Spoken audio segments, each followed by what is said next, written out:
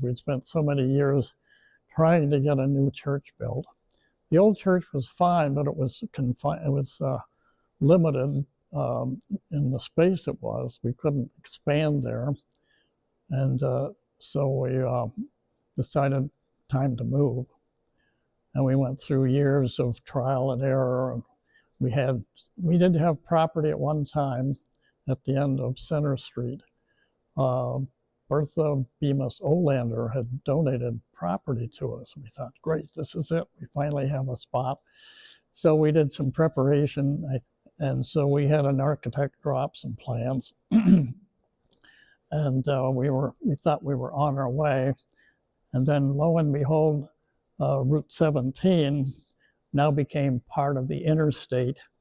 So that blew that right out of the water. We had no land. We had things just.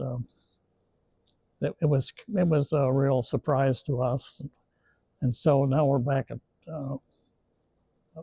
the beginning again, looking for property. My dad, Morris E. Lown, aka Bud Lown, was on the Bemis Point Methodist Church cradle roll 105 years ago.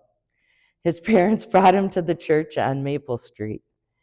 So it was fitting that 50 years ago, he had a dream of a huge harvest of people, not of grapes, but heads of people were growing like a vineyard where the church now sits. That encouraged him in 1974 to give 2 acres of land to the church to start their building. And that's how we ended up building this building, which in our minds was going to be the church of our life.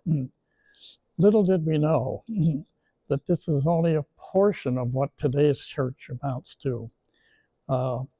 So after we got this all built, and I'll tell you, it was a labor of love. Clayton was good enough to let volunteers work in here on weekends. And so every Saturday, a group of us would come and put up a plasterboard, lay down floor, put down carpets. We did a major lot of the construction finishing touches just with volunteer labor, which saved us a lot of money and also saved us a lot of time. So we put it together and we thought, this is just wonderful. So I've got a lot of great memories when I look around this sanctuary of weekend laborers putting this church together. So that's why I love this portion of the church so much. The day that we moved from the Maple Street church to here was a big day.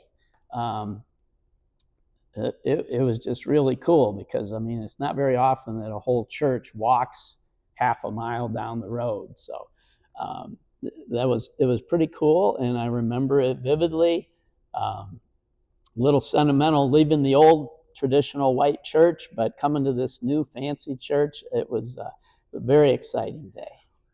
So then the expansion, we built this extra part on, which gave us a new kitchen, a large gathering area, stage for productions, more classrooms, which definitely were needed. So it answered a lot of those problems for us, as well as office space. So we thought, okay, this is it now. This is our final church. And then, of course, we found out that wasn't the final church. So as things changed with the advent of praise bands needing bigger spaces, and the congregation, again, was growing. So Bill Kendall stepped up and did some research, headed the new committee, and you see the results now of that expansion. So it's been a long and wonderful road, and we've enjoyed every year of it. Seeing the development of the Christian music ministry in our church, we never planned it. We never set out to do it. We started out we were interim youth leaders. Well, one evening before another youth retreat, we decided to have a gathering for kind of prepare our hearts for the upcoming trip. We decided to have a communion and a worship time and a bit of a prayer time with the kids. And we invited any adults that wanted to come and pray along with us. All their parents. And along with their parents. So we had a fair turnout. And we went through our little worship service with the kids. And after we were done with that, we had so many adults come up to us and said, we have to have a contemporary service like that.